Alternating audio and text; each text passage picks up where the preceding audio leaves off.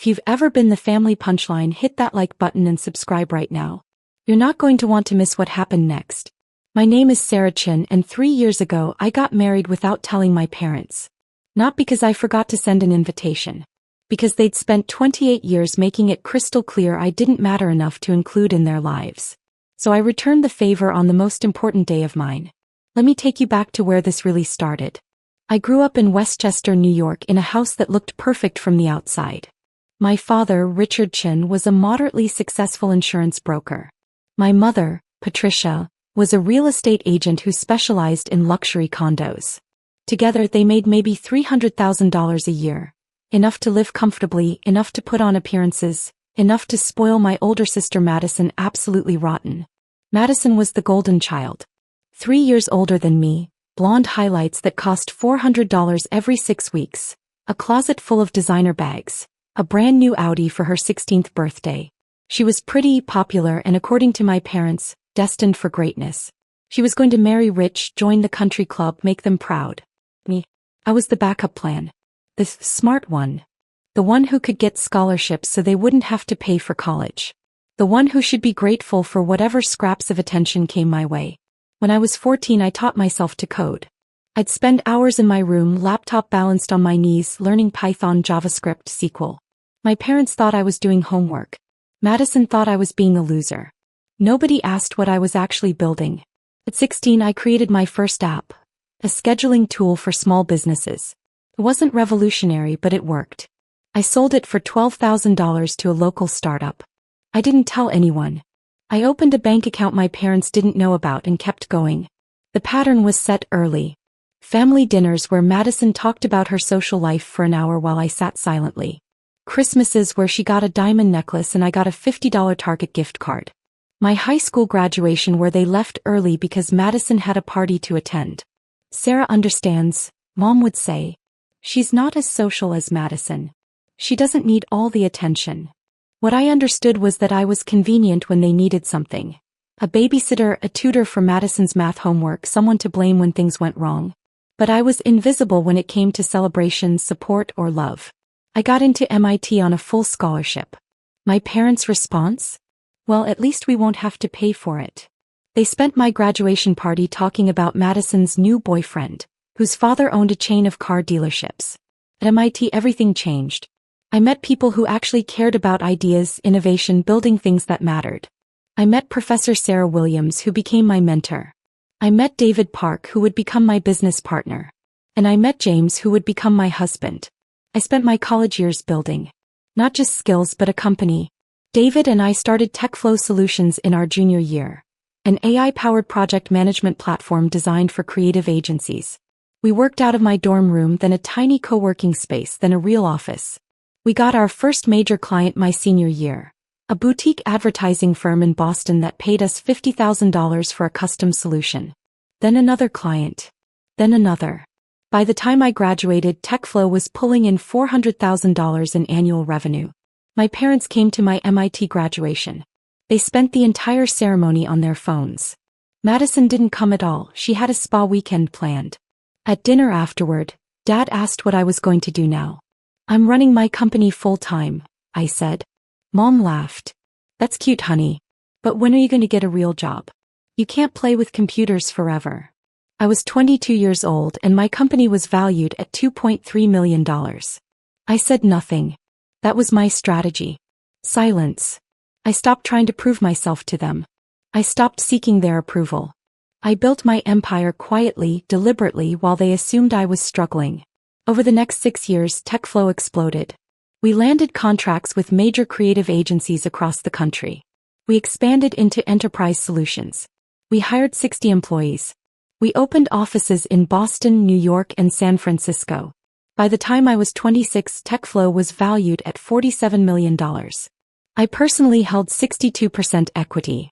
My net worth was just over $29 million. I owned a penthouse in Brooklyn, a house in the Berkshires, and a diversified investment portfolio that included real estate and tech stocks. I drove a Tesla, but an older model. I dressed well but not flashy. I lived comfortably, but I didn't advertise my wealth. My parents still thought I was some kind of freelance computer person making maybe $60,000 a year. Every few months, Mom would call with helpful suggestions. Have you thought about getting your real estate license? I could help you get started. Madison's husband knows someone at his firm. Maybe they'd hire you for their IT department. You really should think about your future, Sarah. You're not getting any younger. I would say, thanks, I'll think about it, and hang up. Madison got married when I was 25.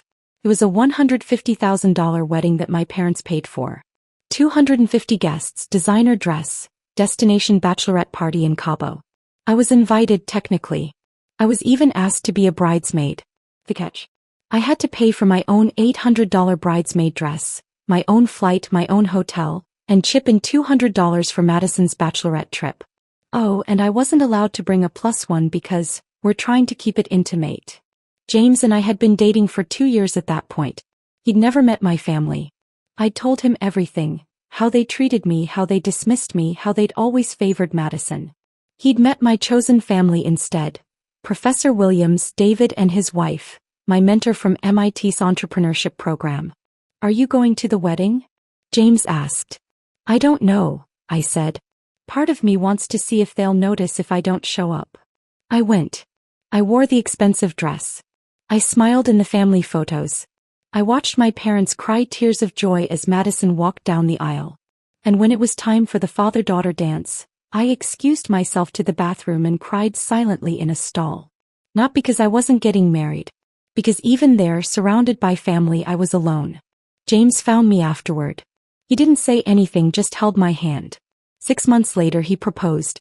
We were on a weekend trip to Martha's Vineyard, just the two of us.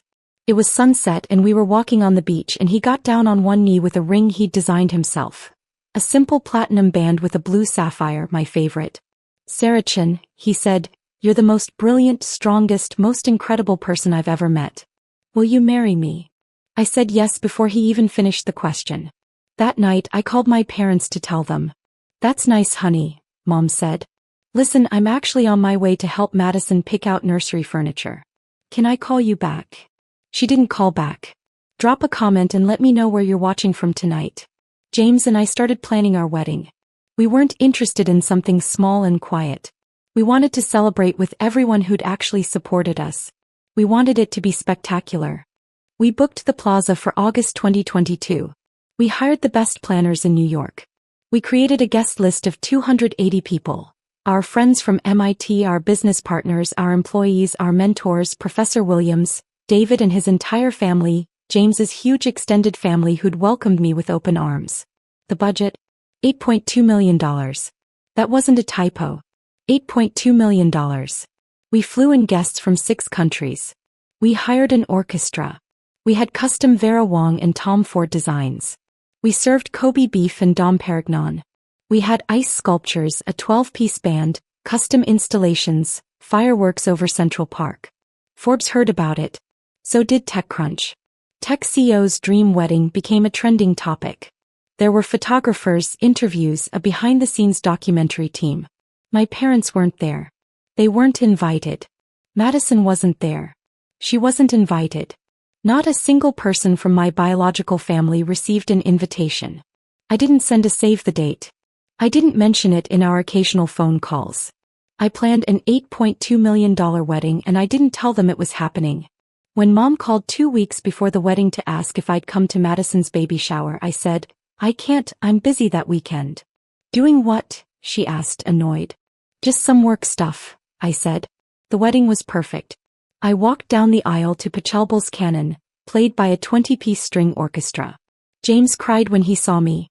Professor Williams gave a speech about watching me grow from a scared freshman to a CEO.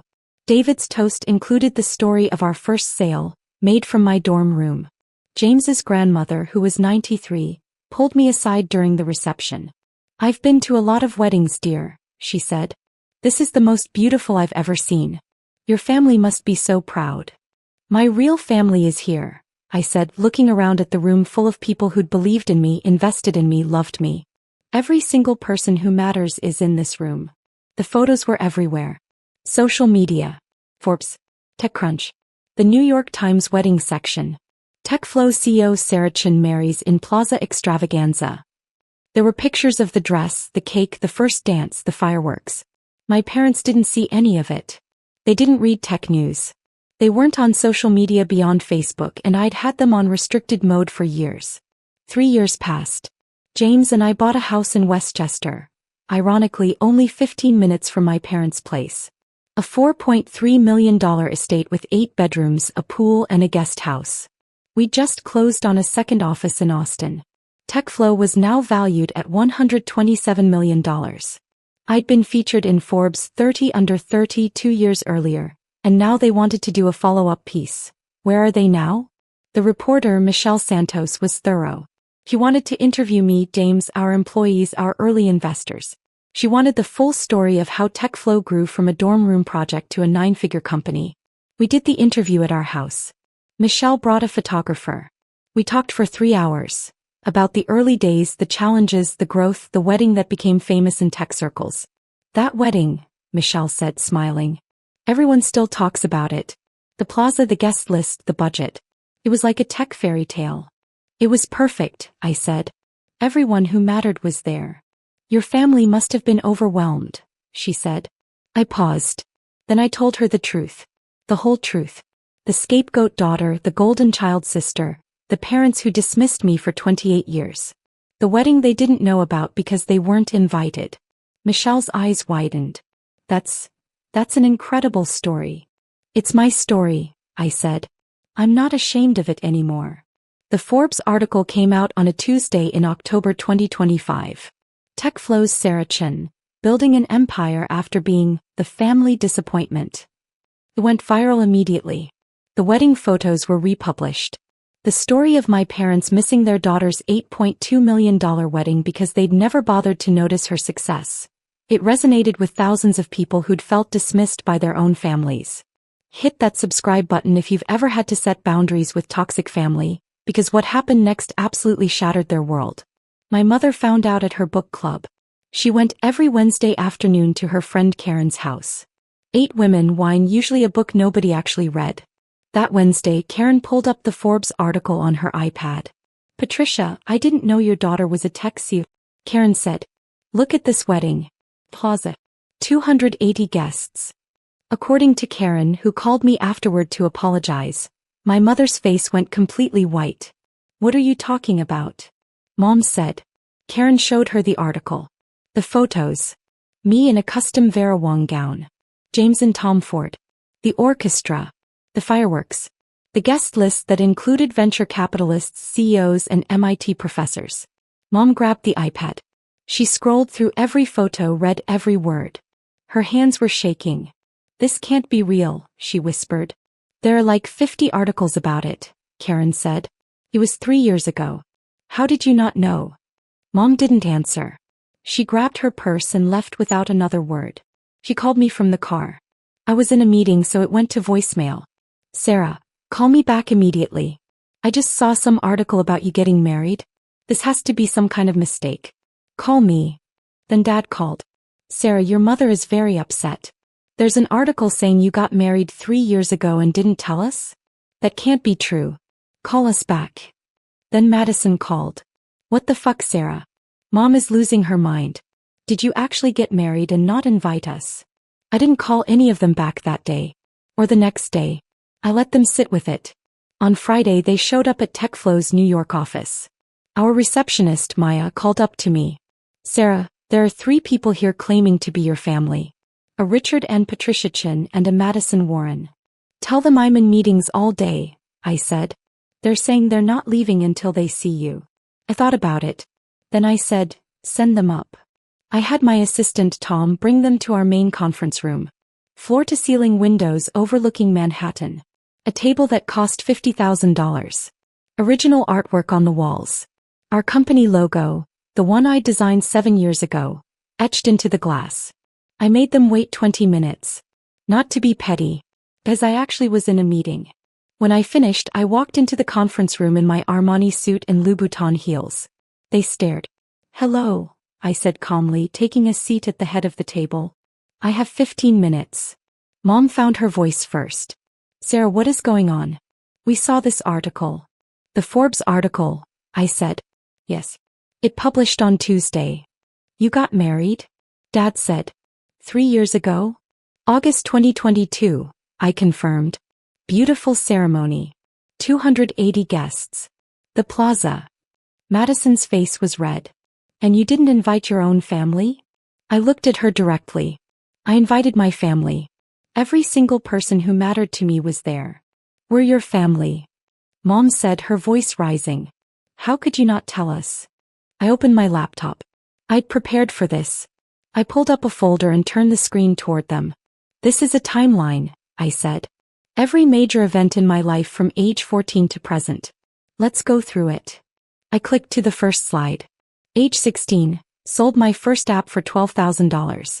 You didn't know because you never asked what I was working on. Age 18, got into MIT on a full scholarship. You said, at least we won't have to pay for it. Age 22, graduated MIT. Founded TechFlow. Company valued at $2.3 million. You asked when I'd get a real job. Age 23, first major contract worth $500,000. You suggested I get my real estate license. Age 25, company valued at $47 million. Madison's wedding. I was a bridesmaid. You seated me at the table with the distant cousins you barely knew. Madison interrupted. That's because. I'm not done, I said quietly. Age 26, James proposed. I called to tell you. Mom said she'd call me back. She never did. Age 28, August 2022. Wedding at the Plaza. $8.2 million. 280 guests. Forbes coverage. You didn't know because I didn't tell you. I closed the laptop. You want to know why I didn't invite you? Because for 28 years, you made it crystal clear that I didn't matter. That Madison was the important one. That I was convenient when you needed something but invisible when it came to celebration. That's not fair, Dad started. Here's what's fair, I said. I pulled out a folder from my briefcase. Inside were printed copies of text messages, emails, voicemails. All organized chronologically. I slid the first page across the table. December 2019. I texted you that TechFlow landed a Fortune 500 client. You responded, that's nice honey, and then asked if I could babysit Madison's kids that weekend. Another page. June 2020. I emailed about being featured in TechCrunch. You didn't respond at all. 2 days later, you sent a group text about Madison's new haircut with 15 photos. Another page. September 2021. I called to tell you I was buying a house. You interrupted to talk about Madison's kitchen renovation. I had 23 documented examples. Each one a moment where they dismissed my success or ignored my achievements. Mom was crying. We didn't know it was that serious. We thought you were just doing freelance work or something. You thought that because you never asked, I said. You never asked what TechFlow was. You never asked how many employees we had. You never asked what our revenue was. You just assumed I was failing because that fit your narrative better. This company, I gestured around us, has 67 employees. We did $43 million in revenue last year. We have offices in Boston, New York, San Francisco, and Austin. I personally am worth $82 million. And you didn't know any of that because you never cared enough to find out. The room was silent. Then Madison said, so what, you're just punishing us now? Being vindictive. I looked at her. I'm not punishing anyone. I'm simply living my life with people who actually value me. You're not entitled to be part of that just because we share DNA. We're your parents, Mom said desperately. We love you. You love the idea of me, I said. The version that's convenient for you. The family scapegoat you can feel superior to. But you don't love the real me. You never bothered to meet her. Dad finally spoke, his voice shaking. What do you want from us? Nothing, I said simply. I don't want anything from you. I don't need anything from you. That's the point you're missing. I'm not here asking for your approval or your acceptance. I'm here because you showed up at my office. I stood up. My assistant will see you out. Don't come back without an appointment. I walked toward the door, then paused. Oh, and if you're thinking about going to the press with your version of events, my lawyers are better than yours. Just a heads up. Tom escorted them out. Maya told me later that Mom was sobbing in the elevator. I went back to work. That evening my phone exploded. Text after text from extended family members, family friends, people I hadn't heard from in years. Aunt Linda. Sarah, I just saw the Forbes article. I had no idea. Congratulations on everything. Cousin Mike. Your wedding looked incredible. Sorry we didn't know about it. Old family friend Janet. Your parents are so proud of you. I didn't respond to any of them. They'd had years to reach out. They'd seen me at family gatherings where I was ignored or dismissed. None of them had said anything then. The real messages that mattered came from my chosen family. Professor Williams, so your parents tried to visit. You okay? David, just say the word and I'll handle them. James, coming home early. Love you. The next morning I woke up to an email from my father. 5,000 words. Single-spaced. It was part apology, part justification, part desperate plea. The key parts. We see now that we made mistakes. We always loved you, we just didn't know how to show it. Madison needed more attention because she struggled with things you found easy. We're so proud of what you've accomplished. Please don't shut us out of your life. We want to be part of your future. At the bottom, can we meet for dinner and talk about this properly?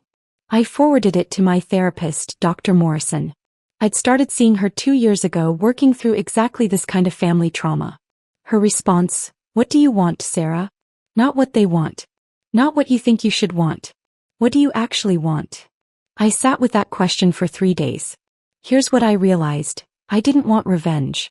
I didn't want them to suffer. But I also didn't want them in my life pretending everything was fine. I wrote back to my father. Dad, thank you for your email. I understand you're processing a lot right now. Here's what I need you to understand. This isn't about one article or one wedding. This is about 28 years of being treated as secondary to Madison. Of having my achievements dismissed. Of being valued only for what I could do for the family, not for who I was. I'm not interested in having dinner and pretending everything is fine. I'm not interested in being pulled back into family dynamics where I'm the scapegoat and Madison is the golden child. If you genuinely want to repair this relationship, here's what needs to happen. Family therapy. All of us with a professional mediator. Minimum 6 months of regular sessions. Genuine accountability. Not we didn't know better. Real acknowledgement of specific actions and their impact. Changed behavior. Not promises. Actual sustained change over time. Boundaries that are respected without argument. If you're willing to do that work, I'm willing to consider it. If you're just looking for a quick fix so you don't look bad to your friends, then we're done here. Me know. Dad responded within an hour. We'll do whatever it takes. I didn't believe him. Not yet. But I was willing to see if he meant it. We started therapy in November. Dr. Morrison referred us to Dr. Patricia Gonzalez, a family therapist who specialized in narcissistic family dynamics and scapegoat recovery. The first session was brutal. Madison refused to come, claiming she had nothing to apologize for. Mom cried through the entire hour. Dad kept trying to explain and justify. Dr. Gonzalez shut it down. We're not here to justify. We're here to listen. Sarah, tell your parents how their actions made you feel. I did. For 90 minutes I walked through specific memories. Being excluded from family photos because I wasn't dressed nicely enough. Missing my college graduation dinner because Madison had a party. Being seated with strangers at Madison's wedding. Having my engagement dismissed. Mom kept saying, we didn't mean it like that. That doesn't matter, Dr. Gonzalez said. Impact matters more than intent. By session 4 we'd made a little progress. Dad acknowledged specific incidents. Mom admitted she'd favored Madison. They both said they were sorry. But Madison still refused to participate. He called me once angry. You're making Mom and Dad go to therapy, she said. They're devastated. This is so cruel. I'm giving them an opportunity they never gave me, I said. To be heard. To matter. To exist as more than a supporting character in your life. Everything isn't about you, Sarah. You're right, I said. That's exactly the problem. Nothing was ever about me. Until I made it about me. She hung up. 3 months into therapy something shifted.